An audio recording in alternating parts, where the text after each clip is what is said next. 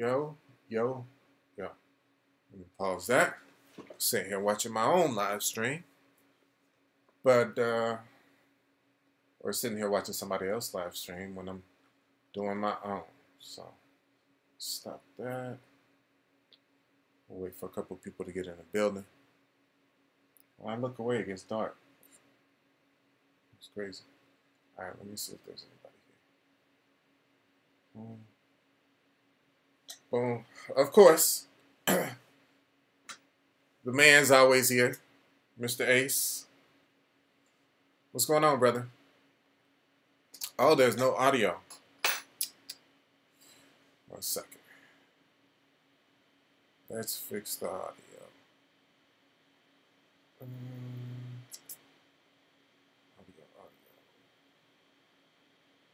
This time,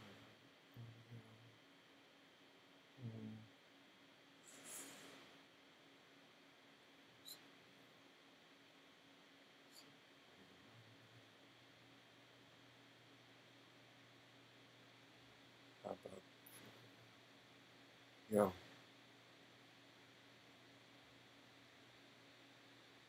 Oh, so you guys can hear me?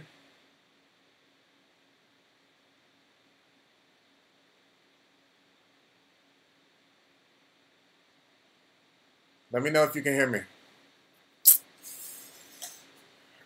I know Big Joe's. Ooh, I don't like that. I turned on the monitor. It is.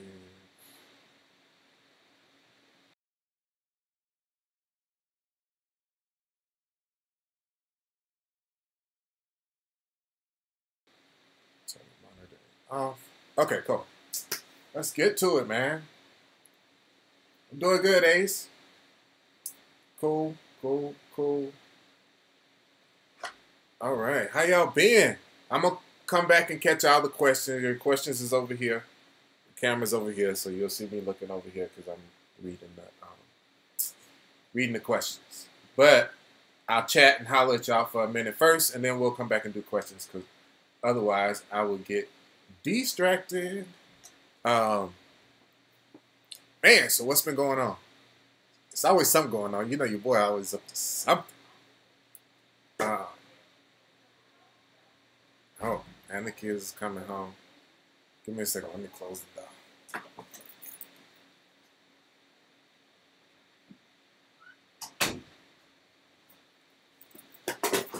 All right. This might be even shorter than what I was thinking. So, man, what's been going on since last time? Well, you see the title of the video, right? I quit. No, so I ended up, this is so funny because Kiana had just reached out, or she reached out to me last and asked, I don't know how you do it, you know, juggling work with kids and trying to study for programming. She's talking about when I was going through my journey of like learning, you know. I'd say it really, I probably couldn't have done it without my old lady. So I don't know if Kiana's in that fight by herself, you know, having to deal with the kids. But when you got to, if you're a single parent and got to do the whole deal, it just makes it even that much harder. Like I was blessed enough to have my lady to be able to watch the kids. Still creates, you know, it creates friction because she's doing more of the heavy lifting with the kids stuff. You know, when at the time I wasn't reaping any benefits from the programming thing. So you just got to work through that. But if you don't, I'm still glad that I had her to be able to do that. Because trying to imagine having to handle the kids and going to work and trying to study and teach myself the code. And I could feel her pain if she's going through that by herself. So hats off there. It just really takes some dedication. I know by the time that you get done with it, by the time you get home from work or get off of work, you go get the kids from wherever they at, probably some kind of aftercare or daycare or your parents' house or some friend somebody that's watching the kids. You take the kids home. You got to get them. You got to feed the kids dinner. You got to do homework with the kids. Get them bathed and shower. Get them in their bedtime clothes. Get them in the bed when they ain't trying to go to sleep. And all of that stuff going on. And then you finally sit down. You're exhausted, like mentally and physically exhausted. And think about pulling out your laptop or your phone or your iPad or whatever you use to study on. And then, what's up, Vanzetti? I see you. I'm going to be answering comments in a minute. So put your comments in or questions in, and I'm going to come back and just run down the list. But to sit down and pull out your studying stuff and try to study and write some code and all of that is tough because you don't get immediate rewards for your efforts. But if you've been following me for a while, you know my saying, short-term sacrifice for long-term gain. It took me a year to a year and a half of pain, straight pain, before I started to reap any benefits. So you just got to keep your head down and keep banging, keep banging, keep banging. You know, start knocking on the door. Ace is going through that. He's knocking on the doors, you know, starting that. That's like the next step to the journey after you've sacrificed and start teaching yourself how to code and start building your own projects and setting up a portfolio of stuff so you can show employers, look, here's what I can do, and be able to talk about those projects in interviews, etc. Then you start setting up interviews and you start interviewing and probably interviewing and failing and interviewing and failing and interviewing and failing to get that, you know, out of your system. And then finally you'll start interviewing and getting callbacks and interviewing and callbacks and coding challenges and then, you know, job. It's just getting that first job, you know. Can be a tough deal. So that was on my mind. But for me, I ended up putting in my 2 weeks notice at one of my gigs, right? So this is going to be the first time. Was somebody knocking on my door? I got these headphones on. I can't even hear. Is that why you said that to me? They could have opened the door if they wanted to, though, because it ain't locked. It's just shut. But for the first time in a year and a half, for the month of December, at least, I will only have. Oh, okay. I will only have one gig, and I haven't only had one gig in over a year and a half. And as much as I will miss the money, I look forward to. Oh yeah, knocking on doors. I look forward to not having two jobs, man. Working one full-time job for me at this point in my life, after working a year and a half with two jobs, will be almost like a vacation for me, because I've been juggling two jobs for a year to a year and a half, and working one job will be a break, a big time break. Most people's like, oh, my job. I'm like, yes, I only got one job. Reason behind that, though, is I was starting to get some burnout, man, which is totally understandable when you just go full out for so long, you know, anywhere from 10 to 14-hour days every day, working almost every weekend. I can't remember the last weekend where I did nothing on Saturday, Sunday. At least one of those days I gave up to sitting in my office and getting work done, just so I could keep up, you know. But I started to burn out, man. I started to kind of fall behind on some production goals and stuff. So I decided to throw the deuces up and kind of bow out gracefully, because I don't want to fall off of, you know, production goals. You know, you got to give value to your client that you're working for, or your company that you're working for, rather. So before they try to give me the deuces, I'm gonna give them the deuces and get that done. You know, I've cashed in so much over this last year and a half that I got no complaints. And I'm going to take December off to just have one job. And then after that, I'll probably get back on the grind. I'll probably get back on the grind looking for a new gig starting in January. And hopefully landing a new gig by February of next year. So I'll probably end up with about 2 months of, well, really 1 month off.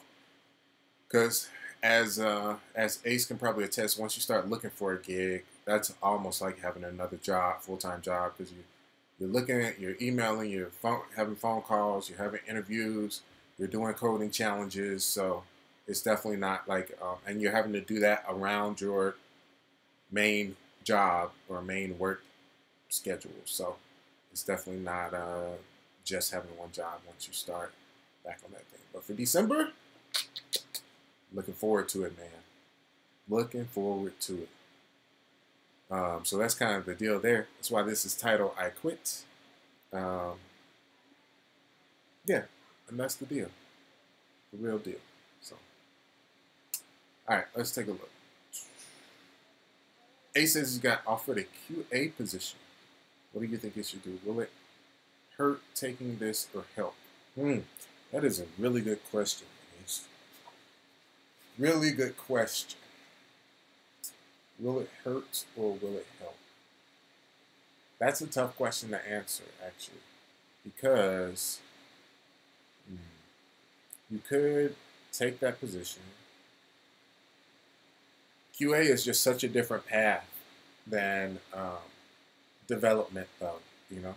While there are some elements of development, because you can get into doing end-to-end testing using something like Selenium, or if you're working with an Angular application, it could be Protractor or something of that sort, Cucumber,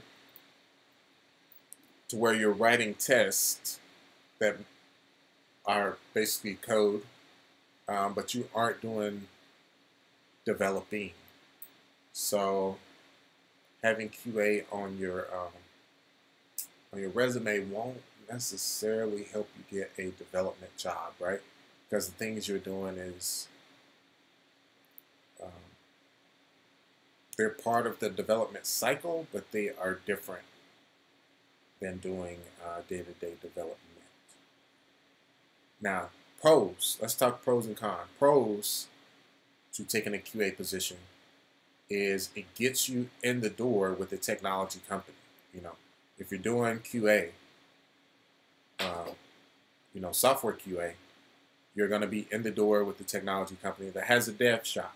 Now, if you're smooth and savvy, you are going to network, schmooze, make friends with the right and key personnel.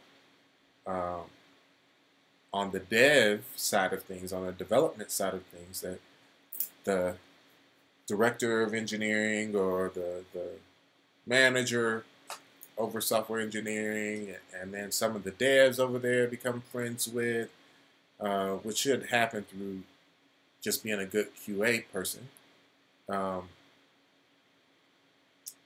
And you could kind of backdoor your way into a dev job at that particular company.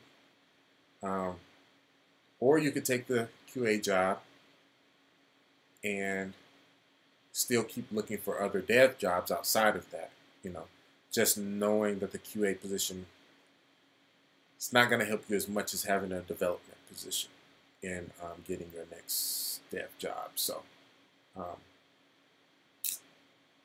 that's kind of the con there, is that it won't necessarily help you. Another pro, it gets you involved in the development cycle, in the product creation cycle, as far as software development cycle, right? You get used to what that cycle is. If you're in an agile environment, you'll be doing, sprints and scrums and all of that agile methodology stuff, having retros, having sprint plannings. And so you do start getting exposed to that stuff. And then that does allow you to you have experience working in an agile environment, and you know what those things are, having a daily scrum, a daily stand-up, and you get to be more on um, the business rules side, because you'll be working closely with someone that is developing business rules, so that you know how a particular module or feature is supposed to function. So you'll work with the person that originally designed that or ideated that module or function, and then that goes to development. They build it, and then you're testing to see if what dev built is what the person that ideated the feature wanted. So you're that middleman saying, this is what they wanted, this is what dev built, do they match? Um, so that you can pick up a lot of good knowledge from doing QA. And I think it'll make you a better developer if you do QA, because when you're done developing, you pass it off to QA, and you will already have an insight to how a QA person thinks and the things that they're going to be looking for. Some devs miss out on getting into the mind of the business person that ideated the feature or the module, and QA has a better insight to doing that because of the relationship between QA and the business logic or business rules people. So those are some pros to doing that, Ace. The pay is not going to be as high as developer pay. Typically, there's always exceptions to the rules, but typically QA gets paid less than developers get paid. But you are making money. You're making more money than not being in a technology company for the most part, So there you go. And it's a good, it can be a good kind of ace to put in your back pocket type thing. You did QA, then you transition into dev. If times get rough or dry up and you need to, then you can always look for dev and QA positions, if you're in a pinch. So another pro there. So hopefully that'll give you some things to think about as far as pros and cons of doing QA or accepting a QA position when you really want to be a developer. So let's go.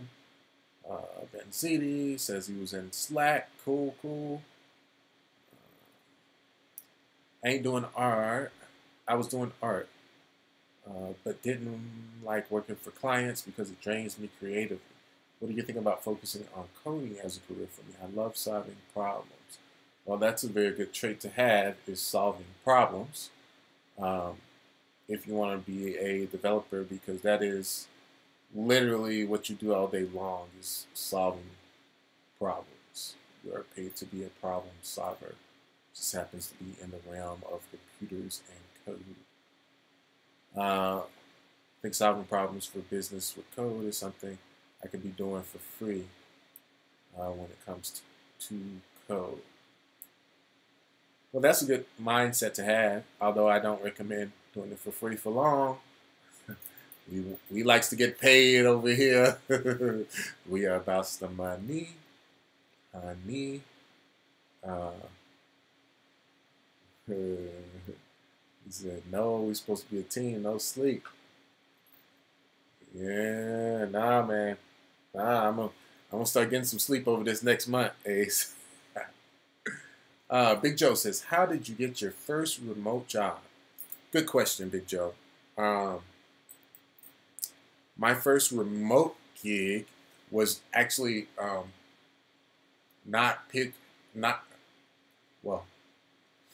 it was pitched to me as fully remote in the beginning, but then it turned out to not be fully remote. They wanted me to be on site. But I'll tell you what I did. Because it was pitched to me as fully remote, and I was supposed to be fully remote, I went and on my resume, when I listed that job position, I listed it as fully remote, because that's what I was supposed to be doing. And I did work some remote there. I'd probably say I worked, well, actually before that, I worked a position that was not remote, but when the company is a little startup and when the company kind of started to go downhill, What happened is Las Vegas. It was a daily fantasy sports company. It was based out of Vegas. Nevada changed the rules and basically outlawed daily fantasy sports, right?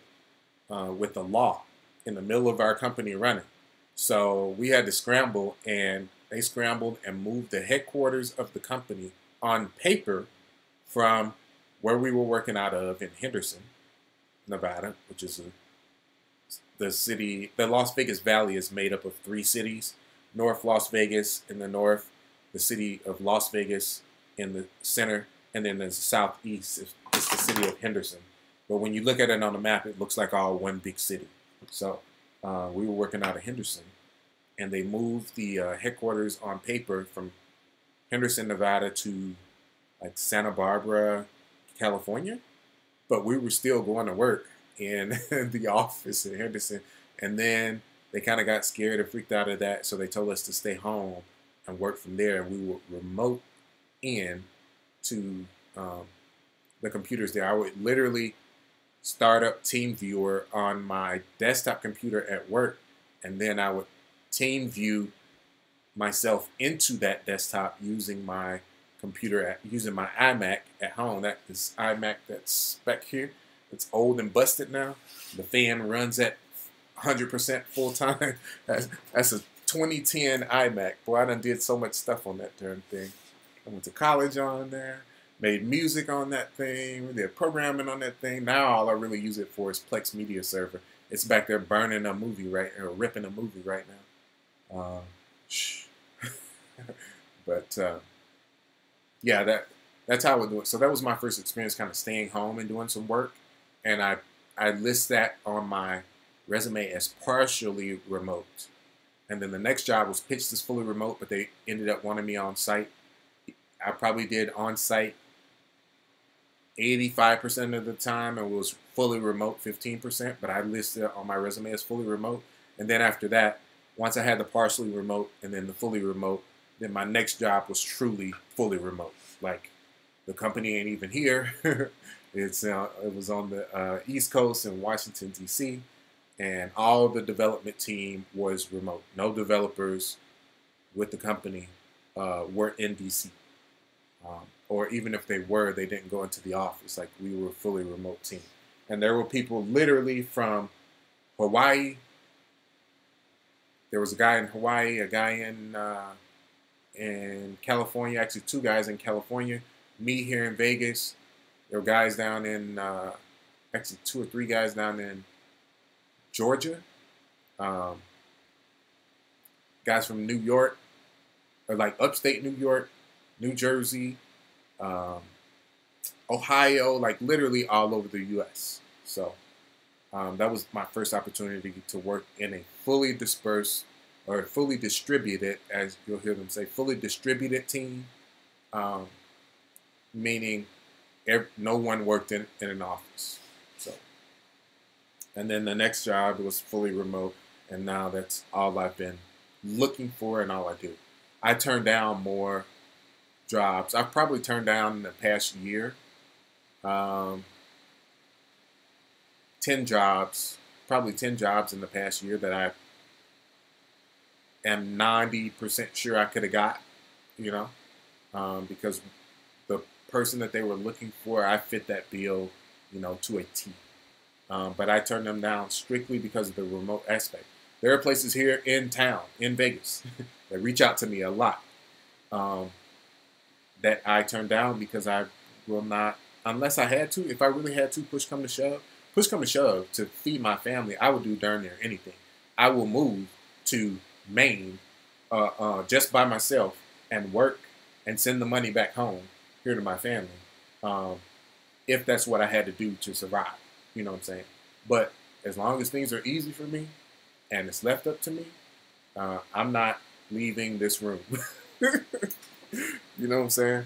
Let me plug in my computer because I am down to 8%. Boop.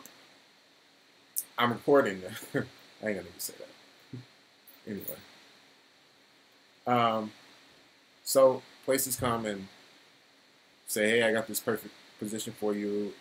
You know, it's right. It's 15 minutes from your house. I'm like, nope, ain't gonna happen, player. If it ain't remote, fully, not gonna happen. I mean, I would be open to you are remote, but you know, every now and then we'd like for you to come into the office. I might do that. Might do that. But if you leave it up to me, it's got to be fully remote. I don't ever want to even see you. So that's the deal there.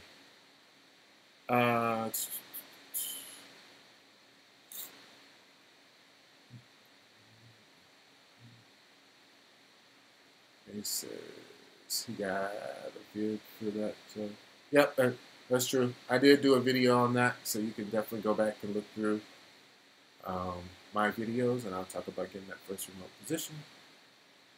I'm 20 years old. I'm about to grind 6 to 8 hours on this. I can visualize myself making 50,000 entry level after 6 months. A says maybe 4 months. Big Zoe says look on YouTube. Take it. What's going on, Kiana, in the building? Now who's calling me? Who is this? You might have to leave me a message. Let me see. 1 second, guys. Hello? Yes. Hi. Good.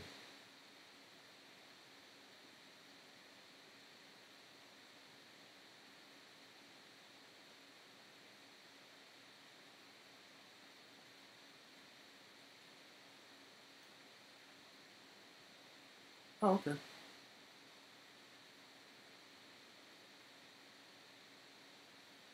Okay.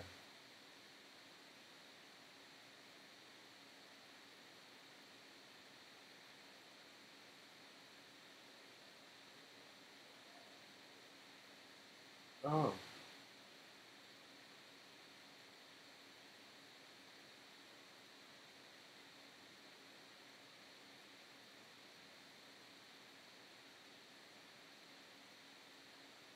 Okay. Yeah. Okay. That sounds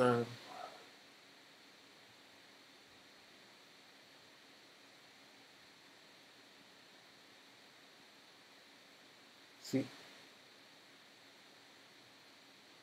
yeah. I love it. I love it. We love it. She just eats it up. You know, she has a thirst for learning and knowledge that, um, yeah, she does. She like genuinely does. Like she wants to be challenged and pushed, and I love that about her. You know, she wants to do. You know, we'll do.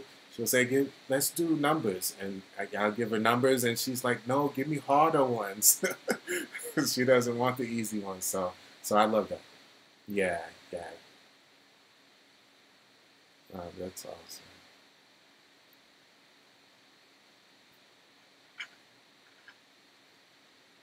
Yeah, I'm loving it. I'm glad she's doing so well.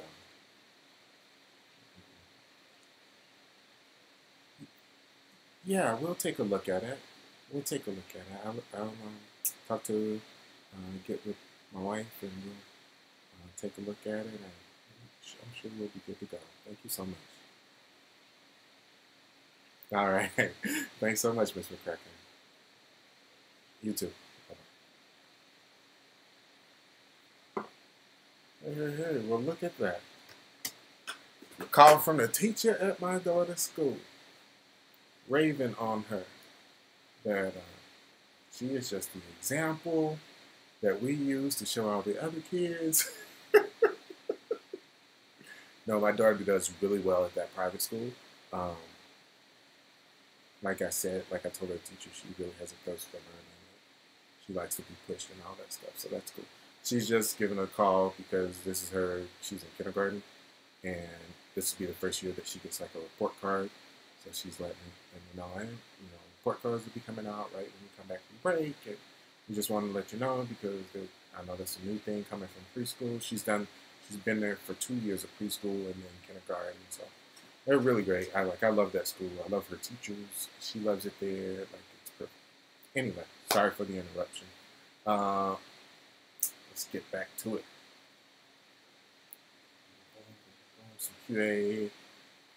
Some QA positions pay for training and offer mentorship. Indeed, they do. Indeed, they do. He said he would give me small ticket while I'm learning Java, and the developer will mentor me and point me on what I need to work on. That's really good. Like if they already know that you are interested in being a developer, Ace, like that kind of changes it for me. If they know you want to be a developer and they're already looking at giving you development work, and kind of training you and mentoring you, then that might change the game and might take that from a maybe to a yes, especially if you don't have anything else lined up. I would probably definitely take that and take the opportunity to be able to get trained on the job. Now you're actually getting paid to learn. You know what I'm saying? And I would take advantage of that to the fullest. They want me to learn Java on the side, nights and weekends, and join the dev 6 months to a year. That's cool. Just make sure you stay, you stay on them about, they'll hire you on as QA and tell you that, and then 6 months go by, 7, 8, 9, 10, 11, 12 months go by. Ain't nobody saying nothing. It's like, hey, hey. So you just make sure you stay on them and make sure they keep their promise to you. But that's not a bad deal, because you can take the QA, start learning Java. You know what I'm saying? And once you feel comfortable with putting Java on your resume, you can start looking for stuff that maybe has Java, entry-level Java stuff, and pick that up. And next thing you know, you're off to the races. How do you remain positive throughout your journey to becoming a dev? How did you overcome doubt, fear, etc.? There's a lot of statistics out there and opinions to twist and turn the way you think. For me, there just was no other. There wasn't really another option. You know what I'm saying? It wasn't. I don't know. Okay. I don't think those headphones. Y'all were hearing me out of the microphone and the computer anyway. Let me know if the audio goes bad. Just to take those off. I didn't really have any other options, right? So I was older when I got into programming. I was 33. Right in my early 30s, about 33 before I started programming professionally, right? So I had the opportunity to do a bunch of things. I've worked a lot of different jobs. I've done a lot of stuff, and I knew at that point that there's a lot of suck out there. You know what I'm saying? And not necessarily suck jobs, but just my personality is, if I'm doing something that I'm not passionate about, it drains my soul. You know what I'm saying? Like some people can do that. Some people can work for 40 years at a job they wasn't passionate about, but that job pays the bills. It feeds my kids and my family, and I'm doing what I gotta do to make it. You know what I'm saying? And that's a noble thing. But for me, when God made me, he said, this one has to do something he cares about. So, I mean, I can't do mindless work. I can't do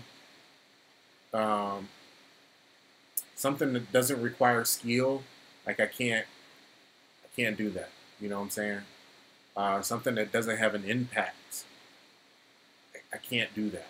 Like I can, you know what I'm saying? I can do that, but I will get bored with that so quick, and I will start looking for a way out. Like I start feeling trapped and closed in, like the walls are closing in, like I'm literally on the rat wheel, just spinning my wheels. I'm not going anywhere. This isn't going anywhere. I'm just collecting a paycheck every 2 weeks. You know, like, what's the point? You know what I'm saying? Like, I can't. I have to be. I have to stay progressing and stay driven. That's just, it's in my nature. That's why you've seen me since I started the channel. You know, I went from one job to another job to picking up 2 jobs to buying an 18-wheeler and starting a trucking company to, you know, next steps is I'm thinking about getting my commercial driver's license so that I can, when I find a truck, I can fly out and inspect the truck, look at the truck, take it on test drive, take it down to a shop to have it dyno tested and oil sampled and all that stuff on it. You know, not to become a truck driver, but you know, just that next step in building this trucking company, and after that, there's, you know, who knows, who knows. So you will, I promise, if you hang in there with me, you will constantly see different things happening to keep progressing, because that keeps me interested. It's fresh, it's new, it's keeping me interested. Hey, let's go, you know? So that's kind of the deal. And I even talked about with coding, like I would love to be writing software for my own company. You know what? I might actually start this month working on code for a concept or two. Actually, I'm going to build a page. That'll be a good thing. I'm going to build a page for my trucking company, right? So that we can, just a basic page and then a form that will submit to a database all the information we need for a driver, so we can do driver recruitment, right? If you want to drive for my trucking company, you go fill out this information, and it will email us, myself and my partner, the 2 owners of the company, and we'll know that someone has applied, that information is saved in a database. We'll be able to go back and review that information on a person. All the contact stuff is there, et cetera, et cetera, et cetera. If I want to get fancy, I can tie it into a SMS system. We can text them from right there. We can, you know, just the whole thing. The whole thing. So that's the deal. And I'll probably figure out some way to share that with you guys during the build process. I don't know if I will. I don't think I'd live stream that, because I feel like that's pretty boring, watching me ideate and go through it, because I'm not going to take a whole bunch of time. And in theory, you would sit down and you would do ideation. You would plan out the whole thing, do wireframes, do design stuff and work, break it all down into feature sets and all this stuff like that. I'm just gonna on the fly wing it. So there'll be a lot of writing some stuff and then be like, I don't like that. Delete that, write some more stuff. I'm gonna tweak that, delete half of it, change it. So it'll be a lot of that. I feel like that's boring. But I might do some videos, record some videos as I'm building it, kind of showing that whole process. So, or build it and then go back and do a walkthrough of how it all works. Because I think I'll probably build it in Angular. Like, okay. So that's kind of the deal there. Let's get back to the question.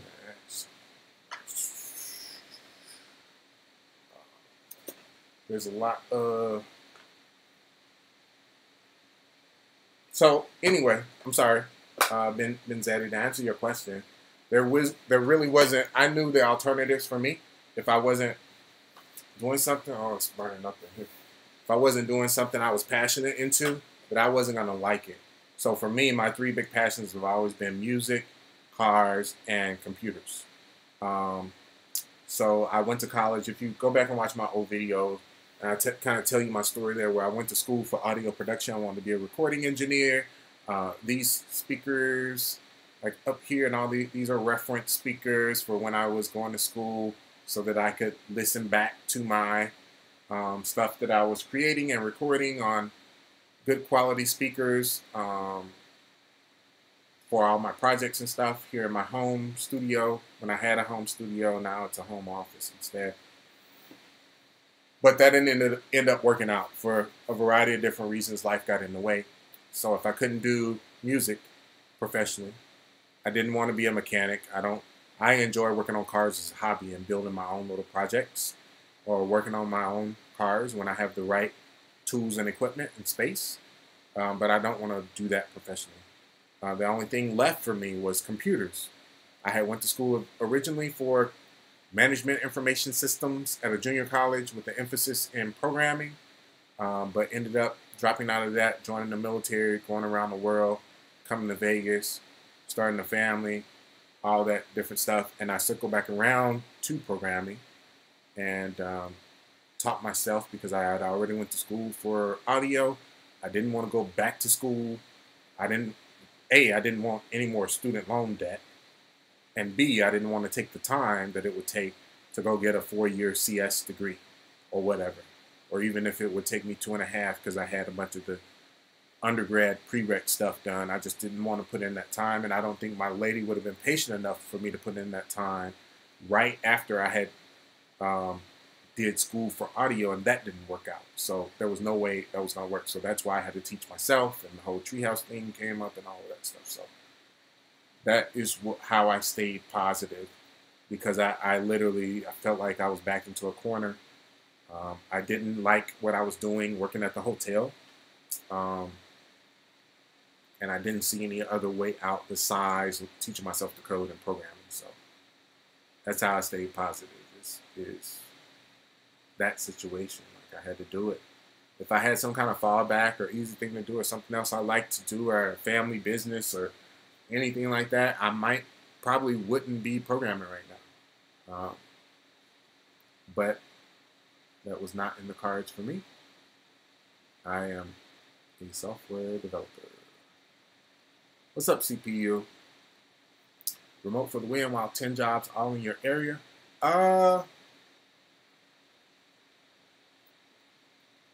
I'll say out of those 10 jobs I turned down, there was probably 8 of them that were right here in my area, you know? But it's hard for me. Once you work remote, well, it depends. Some people hate remote. Your personality has to fit remote. If you looked up introvert in the dictionary, you would see a picture of me. I am the quintessential case study for an introverted person. I am fine being by myself. I enjoy alone time. I enjoy being by myself. I don't need the energy of other people around me to make me feel good. If you are not an introverted person, if you're extroverted, you will hate this. Absolutely hate this. Because there's nobody to talk to. There's no water cooler chat. There's no break room chat. There's no human interaction at all. You see these walls right here? Like, that's all you got. You know, I open my little window during the daytime. I can look outside. Other than that, it's just me and this computer setup.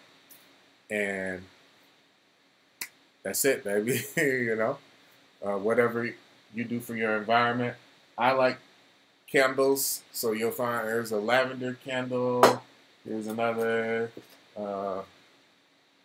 cinnamon vanilla candle. My wife gets me these. She goes to Home Goods, and she'll bring me back a candle, you know. So I will light candles. I usually have my headphones on, even when I'm by myself, and even when I'm in the house by myself, because I'm just so used to those noise-canceling headphones. I put those on, and I will have YouTube going on one computer, listening to it, and then I'll be doing work on another computer. You know, or if I really need to concentrate, I put on like rain sounds for sleeping. If you just YouTube rain sounds, or I don't know, usually something like jungle sounds or something, just background noise that helps me tune out, but it's not talking, so I'm not having to pay attention. That's when I really got a hard problem. I'm listening to like rain, white noise in the background, and just thinking about the problem as I work through it. So, but that drives extroverted people crazy, and they say I did remote. Though you're running into people that say I did remote for a little while, and I hated it.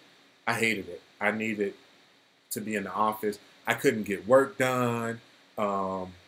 If you can't focus and you're easily distracted, remote is horrible for you because you don't have anyone looking over your shoulder. You don't have anyone pushing you to do the work. You have to be self-motivated, a self-starter to do remote well. So the perfect remote employee is kind of a unique type of person. I don't think everybody can do remote. I used to feel like everybody should work remote. It's so amazing. But then you learn the different traits of people and that remote work just doesn't work for probably more than 50% of the working population would not do well in a remote environment. But for that small 30, 40%, it's amazing. I couldn't even think about switching career fields because it would have to be another career field that offers remote work and that pays similar to this. And you just don't find a lot of that, you know? So I almost kind of stuck there. But y'all know my plans. I'm not stuck programming. I will not be a 20-year developer. This is generating income. This is something that I enjoy doing that is generating a great amount of income that I can parlay into other businesses and ventures that will allow me to be financially free. That will fund passive income that meets or exceeds my day-to-day living expenses. And at that point, I'm done. So that is my end goal. Anybody wants to know that. I hate that makes me feel like I'm different than so many people, but it's true. Like, I don't know if I would say that to an employer. If an employer asked me. Like, I'm fine saying it, but most people don't think like that. Like, most employers want to get an employee that they think is going to be with them for the next 10 years, 5 to 10 years. And it's like, dude, I'm not. Like, if I had a company, I would hire, what is it? Richard Branson had a quote that says, you should train your employees so well, train and support them so well that they could leave you at any moment. But then you should treat them so well that they would never want to. And I think that's a genius quote. You should invest in your employees so much that you make them so valuable that they could leave you at any moment. But you treat them so well that they would never want to. And so if I ever had a company, I would kind of run it like that. It's like when I hired people, I would not expect more than probably 2 years out of those people because I'm going to be investing in them, if they want to, sending them to trainings, to level them up, to help them level up. You know what I'm saying? And hopefully I can treat them well enough that they would not want to leave the company. You know what I'm saying? Make sure they're compensated appropriately for their value to the company. But if they were to leave after 2 years, I would kind of expect that because that means I'm hiring great people that are very valuable and other people want those people and are willing to pay those people. If I got somebody that's been with me for 20 years, I'm starting to wonder, like, are you here because you're one of those old school loyalists or because you're unmotivated enough to level yourself up to a point to where you are seen as valuable to other people?